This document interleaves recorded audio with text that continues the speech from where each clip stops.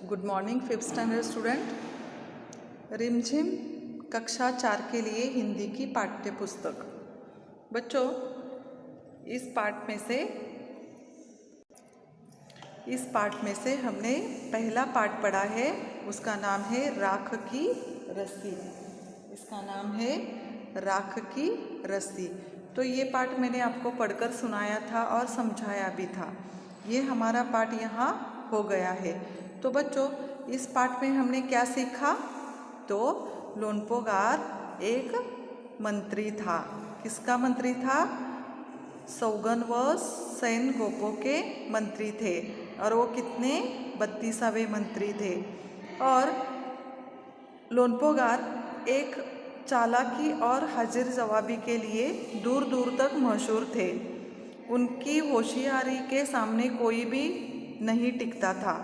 लेकिन इतने लोनपोगार होशियार होने के बावजूद भी उन्हें एक चिंता सताती थी। और वो चिंता ये थी कि उनका जो लड़का है वो अभी बड़ा हो रहा है और वो बहुत भोला भाला है, उसे आसानी से कोई भी फंसा सकता है। ऐसे सोचकर लोनपोगार चिंतित थे। एक दिन क्या हुआ, लोनपोगार ने एक तरकीब सोची और उसने अपने लोनपोगार ने अपने लड़के को शहर भेज दिया और उन्हें 100 भेड़ियों के साथ शहर में जाने के लिए कहा। लेकिन 100 भेड़ों के साथ वहाँ शहर में जाना है और आते ही जब तुम वापस आते हो तो 100 जौ के बोरों के साथ घर वापस आना है, वरना घर में घुसने नहीं दूंगा। ऐसे लोनपोगार ने अपने लड़के को कहा था। तो बच्चों, जैसे मैंने कहा था कि जौ क्या है? एक अनाज है। जैसे हमारे घर में गेहूँ चावल होते हैं ना, वैसे ही जौ। और ऐसे जौ के 100 बोरे यानी 100 बोरों के साथ ही वापस आना है। लेकिन एक शर्त और भी रखी लोनपोगार ने कि ये जो 100 भेड़ियों मैं तुम्हें दे रहा हूँ, लेकिन शहर जाने के बाद तुम्हें ना ही इन भेड़ियों को मारना है ना बेचना है, तो ऐसे ही वापस लेकर आना है। तो लोनपोगार का लड़का शहर गया। जाने के बाद वो ऐसे ही सड़क किनारे बैठा था और उसे बहुत ही चिंता हो रही थी कि अभी मेरे पास 1 रुपया भी नहीं है और मैं ये भेड़ियों के साथ तो आया हूँ, लेकिन मेरे पास तो पैसे ही नहीं है। मैं 100 जौ के बोरे कैसे खरीद सकता हूँ?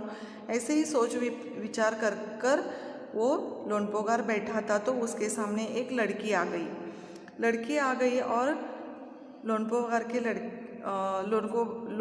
के लड़के को कहा कि क्या बात है, तुम इतने दुखी क्यों हो? तो लोनपोगार के बेटे ने कहा कि इसमें लोनपोगार के लड़के ने सारी बातें लड़की को सुनाई और लड़की ने कहा कि इसमें दुखी होने की कोई बात नहीं है, इसका हल मैं निकाल देती हूँ। हल निकालना यानी उस समस्या को आसान बनाना। तो लड़की ने क्या किया कि भेड़ों के जो बाल होते हैं ना, वो सारे बाल उन्होंने काट लिए और बाज़ार में बेच दिया। बाज़ार में बेचने के बाद उसके बहुत सारे पैसे आ गई। उन पैसों से 100 जौ के बोरे खरीद कर लोनपोगार के लड़के को गांव में भेज दिया, 100 भेड़ियों के साथ और 100 जौ के अनाज के बोरों के साथ। ये देखकर लोनपोगार ज़्यादा खुश नहीं हुआ। लड़के को लगा कि मेरे पिताजी खुश हो जाएंगे, मेरे काम पर वो खुश हो जाएंगे, मुझे वो इनाम देंगे। तो ऐसा कुछ नहीं हुआ। लोनपोगार खुश नहीं हुआ और वो चला गया। दूसरे दिन लोनपोगार ने अपने लड़के को बुलाया और कहा कि तुमने जो ये भेड़ियों के जो बाल काटे हैं, ये मुझे ज़रा भी अच्छा नहीं लगा और तुम दूसरी बार शहर जाओ, इन्हीं भेड़ों के साथ तुम शहर जाना है और वापस 100 जौ के बोरों के साथ वापस आना है और इन भेड़ों को ना मारना है और ना बेचना है, लेकिन इन 100 भेड़ियों के साथ तुम्हें वापस आना है। अगर तुम 100 जौ के बोरे वापस नहीं लाओगे तो मैं तुम्हें घर में घुसने नहीं दूंगा। लोनपोगार का लड़का फिर समस्या में पड़ गया कि अरे मैंने तो अच्छा इतना काम किया, फिर भी मेरे पिताजी खुश नहीं हुए, और वो 100 भेड़ियों के साथ फिर से वापस शहर गया। जाने के बाद ऐसे ही वो एक सड़क किनारे चिंतित होकर बैठा था, उदास होकर बैठा था। अब मैं क्या करूँ, पहली बार भी ऐसा हुआ, दूसरी बार भी ऐसा हुआ। पहली बार तो एक लड़की ने मेरी मदद की, लेकिन अब मेरी मदद कौन करेगा, और मैं कैसे, अभी मेरे पास तो 1 रुपया भी नहीं है, और मैं 100 जौ के बोरे कैसे खरीद सकता हूँ। ऐसे सोच विचार में वो ऐसे सोच विचार में वो पड़ रहा था, और उसे मन ही मन में लग रहा था कि काश वो लड़की फिर से यहाँ आ जाए और मेरे समस्या का हल वो निकाल देगी। तो ऐसे ही वो मन से उसे याद कर रहा था, तो अचानक वो लड़की उसके सामने आ गई। आने के बाद फिर उस लड़की ने कहा कि अरे तुम यहाँ वापस क्यों आ गए। तो लड़के ने कहा कि ऐसे हुआ है कि पिताजी ने मुझे वापस भेज दिया है, और फिर मुझे 100 जौ के बोरों के साथ 100 भेड़ियों भी वापस घर लेकर जाना है। अगर मैं नहीं गया तो वो मुझे घर में घुसने नहीं देंगे। तो ठीक है, लड़की ने कहा कि ठीक है, कुछ ना कुछ तरीका तो हम निकाल ही लेंगे। और झट से लड़की ने एक तरीका सोचा, और उसने क्या किया, उसने वो 100 भेड़ियों के सींग काट लिए। सींग काटने के बाद वो सींग बाज़ार में उन्होंने बेच दिया। उस लड़की ने बेचने के बाद उसका भी अच्छा भाव होता है बाज़ार में। सींग के बहुत सारे पैसे आ गए। फिर लड़की वापस आ गई, उसके पास पैसे थे, और उन्होंने क्या किया, 100 जौ के बोरे खरीद लिए, और उस बेटे को, लोनपोगार के बेटे को 100 जौ के बोरों के साथ उसने 100 भेड़े भी वापस दे दिए, और उसे घर को रवाना कर दिया। करने के बाद लोनपोगार ने अपने बेटे से कहा कि ये जो तुम्हारी मदद करने वाली लड़की है ना, उसे कह दो कि 9 हाथ लंबी राख की रस्सी बनाकर देने के लिए उसने कहा। लोनपोगार का बेटा फिर वापस गया, और उसने लड़की से कहा कि मेरे पिताजी ने तुमसे एक वस्तु मांगी है। तो उसने कहा क्या। तो उसने कहा कि 9 हाथ लंबी राख की रस्सी बनाकर देने के लिए कहा है। तो लड़की तो बहुत होशियार है। लड़की ने कहा कि ठीक है, मैं राख की रस्सी बनाऊंगी, लेकिन तुम्हारे पिताजी से कहना कि वो राख की रस्सी अपने गले में पहनने के लिए कहना। अभी बच्चों, मैंने आपसे कहा था कि राख जैसे कैसी होती है, जैसे जलाने के बाद कोई भी वस्तु की राख होती है, पाउडर बनती है। जैसे उसे हाथ लगाए वो क्या होता है, वो हाथ लगाने से वो हाथ में भी नहीं आता। तो ऐसे ये राख की रस्सी कैसी तैयार होगी। तो लड़की ने कहा कि ठीक है, मैं बनाऊंगी, लेकिन तुम्हारे पिताजी से कहना कि वह रस्सी गले में पहनना है। लोनपोगार ने सोचा ऐसी रस्सी बनाना ही असंभव है, लेकिन वो लड़की तो बहुत होशियार है। उसने शर्त मंजूर कर ली, और अगले दिन लड़की ने क्या किया, 9 हाथ लंबी रस्सी ली। रस्सी जैसे मैंने कहा था, रस्सी के कितने प्रकार होते हैं। जूट की रस्सी होती है, धागे की रस्सी होती है, रेयॉन की रस्सी होती है। तो ऐसे हर प्रकार की रस्सी होती है। और उस लड़की ने क्या किया, एक रस्सी ले ली और उसे पत्थर से सील किया।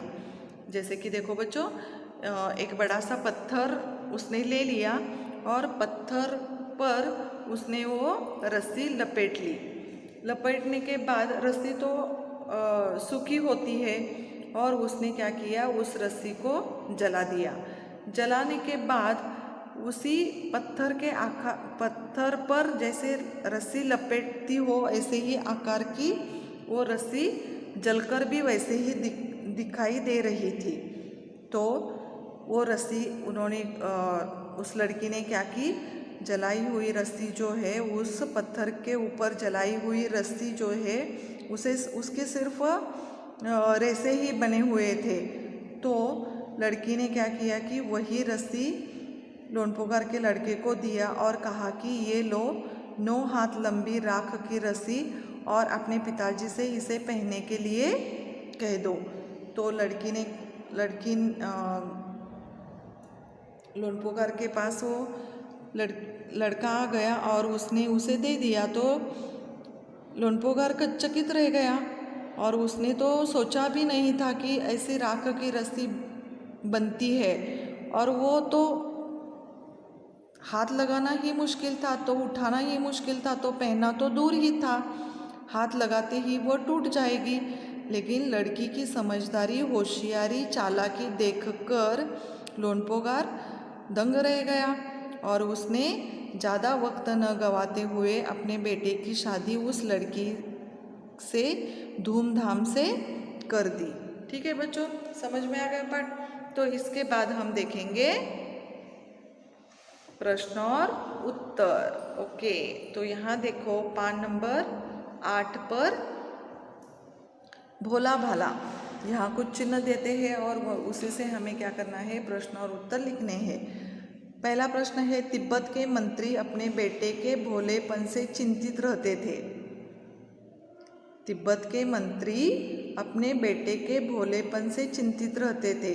हाँ, क्योंकि लोनपोगार तिब्बत के 32वें मंत्री थे और वो अपने जो उनका जो बेटा है उनके भोलेपन से वो चिंतित रहते थे। तुम्हारे विचार से वे किन किन बातों के बारे में सोचकर परेशान होते थे। तो बच्चों, तिब्बत के मंत्री यानी कौन, लोनपोगार किन किन बातों से परेशान थे। यहाँ देखो मैंने ये उत्तर लिखा है, आपको भी इस तरह उत्तर लिखना है। तिब्बत के मंत्री अपने बेटे के भोलेपन से चिंतित रहते थे। तो यहाँ पर तुम्हारे विचार से वे किन किन बातों के बारे में सोचकर परेशान होते थे। उत्तर, तिब्बत के मंत्री का बेटा बहुत सीधा साधा व भोला भाला था, होशियार नहीं था। पता है बच्चों आपको, तिब्बत के मंत्री का बेटा बहुत सीधा साधा व भोला था, होशियार नहीं था, इसलिए वह परेशान रहता था कि मेरे बाद उसका क्या होगा। इसको तो कोई भी आसानी से बुद्धू बना देगा, उसका जीवन बहुत कठिन होने वाला है। तो इन विचारों से तिब्बत के मंत्री परेशान थे, यानी लोनपोगार परेशान था कि मेरा बेटा कैसा है, बहुत सीधा साधा है, उसे कोई भी बुद्धू बना सकता है, आसानी से बुद्धू बना सकता है। तो इसकी वजह से लोनपोगार चिंतित था।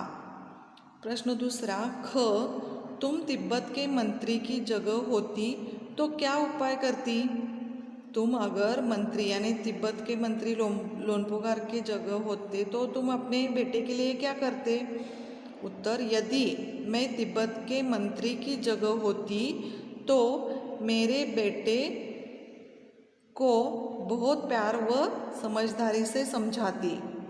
वह भोला भाला था परंतु सक्षम था, उसे लोगों से मिलने जुलने के मौके देती ताकि वह उनके व्यवहार को अपनाकर समझदार बन जाता। देखो बच्चों कैसा प्रश्न पूछा है, अगर तुम लोनपोगार के जगह होती तो तुम क्या करती। तो देखो, यदि मैं तिब्बत के मंत्री की जगह होती तो मैं अपने बच्चों को बहुत प्यार करती, समझदारी से समझाती, और वह भोला भाला था लेकिन वो कैसा था, सक्षम था, वो कुछ भी काम करने के लिए वो समर्थ था, सक्षम था। उसे लोगों से मिलने जुलने का मौका देती, जो हमारे आस पड़ोस के लोग हैं, हमारे जो रिलेटिव्स हैं, उन्हें मिलने का मौका देती। उनके साथ लड़का मेरा कैसा बोलता है, उनके साथ उसका बर्ताव कैसा है, ये सब उसे मैं देखती ताकि वह उनके व्यवहार को अपनाकर समझदार बन जाता। क्योंकि हमारे देखो आज आस पड़ोस में या हमारे रिश्तेदारों में ऐसे बहुत सारे छोटे बड़े बुजुर्ग भी लोग होते हैं कि उनके संपर्क में आने के बाद हमें कुछ सीखने को मिलता है। वैसे मैं अपने बेटे को ऐसे लोगों के पास लेकर जाती, वो उन्हें अपने होशियारी से या उनके बोलने चालने के ढंग से मैं अपने बच्चों को समझदारी सिखा सकती हूँ। ऐसे मैं करती। ठीक है, यहाँ देखो प्रश्न शहर की तरफ। अभी और एक यहाँ ऐसा प्रश्न दिया है शहर की तरफ। मंत्री ने अपने बेटे को शहर की तरफ रवाना किया। ठीक है ना, पता है तुम्हें? मंत्री ने अपने बेटे को शहर की तरफ रवाना किया।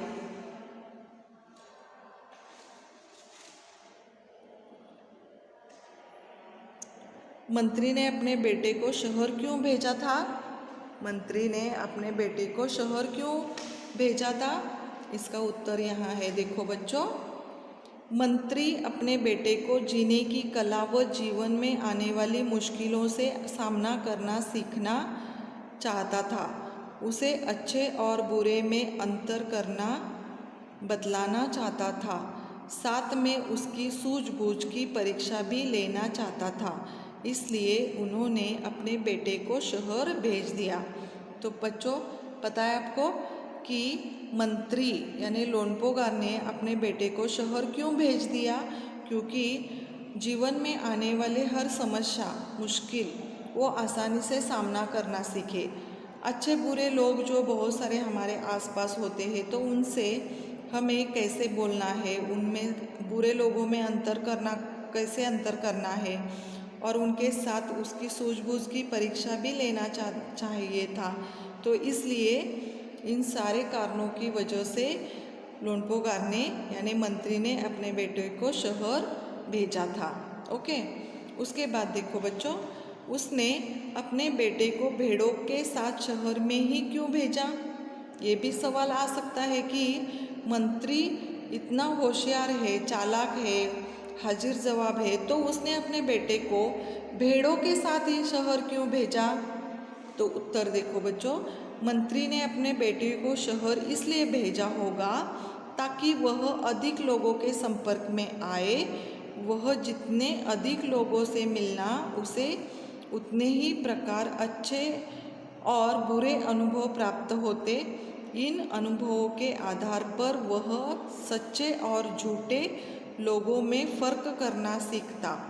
इससे उसकी सक्षम समझ बढ़ती और होशियारी से जीना सीख लेता। तो हमें ये सवाल पूछा है कि लोनपोगार ने अपने भेड़ों के साथ ही अपने बेटे को शहर क्यों भेजा? क्योंकि मंत्री अपने बेटे को शहर किस लिए भेजा कि लोग शहर में अलग अलग लोग होते हैं। हर किसी का व्यवहार करने की आदत अलग होती है, और वह जितने ज़्यादा लोगों को मिलता जुलता, उसके प्रकार अनुभवता, अच्छे बुरे का अनुभव प्राप्त करता, तो उन लोगों की वजह से उन अनुभवों के आधार पर वह सच्चे और झूठे लोगों में फ़र्क करना सीखता। तो इसीलिए मंत्री ने अपने बेटे को शहर भेड़ों के साथ ही भेज दिया। समझ में आ गया बच्चों? ठीक है, तो जहाँ तक मैंने आपको ये प्रश्न और उत्तर दिया है, वहाँ तक आप प्रश्न और उत्तर लिखिए, और इसके आगे के प्रश्नोत्तर मैं आपको हमारे अगले पीरियड में मैं आपको दूंगी। जितने भी हमारे ये प्रश्नोत्तर मैंने दिए हैं, अब आपको क्या करना है कि ये प्रश्न और उत्तर आपके नोटबुक में लिखना है। ठीक है बच्चों, तो आज का क्लास हम यहाँ ख़त्म करते हैं। Thank you.